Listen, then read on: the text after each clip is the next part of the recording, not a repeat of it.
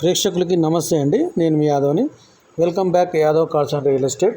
Friends, ఈరోజు మన దగ్గర ఒక సింగిల్ బెడ్రూమ్ సేల్కి వచ్చిందండి. ఇది 400 స్క్వైర్ ఫీట్స్ ఉందండి. హాలు, కిచెను, లెట్రిన్, బాత్రూమ్ ఉందండి.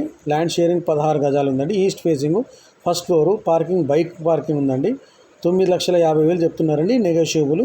10 years ఓల్డ్ అండి. పిల్లర్ నెంబర్ 185 దగ్గర అత్తాపూర్ రాజన్ నగర్ డివిజన్లో వస్తుందండి. ఇది लिफ्ट अवेलेबल ఉందండి. Thank you.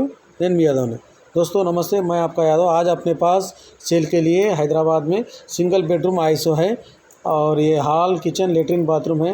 400 स्क्वायर फीट है। लैंड शेयरिंग 16 गज है। ईस्ट फेसिंग है। फर्स्ट फ्लोर है। पार्किंग, बाइक पार्किंग है। 9.5 लाख बोरे, नेगोशिएबल है। 10 साल पुराना है। पिलर नंबर 185 अत्तापुर राजन नगर डिवीज़न में आता। लिफ्ट अवेलेबल है। Thank you. मैं आपका यादव। फ्रेंड्स, मेरे चैनल को सब्सक्राइब करिए, लाइक करिए, शेयर करिए, कमेंट करिए। Thank you.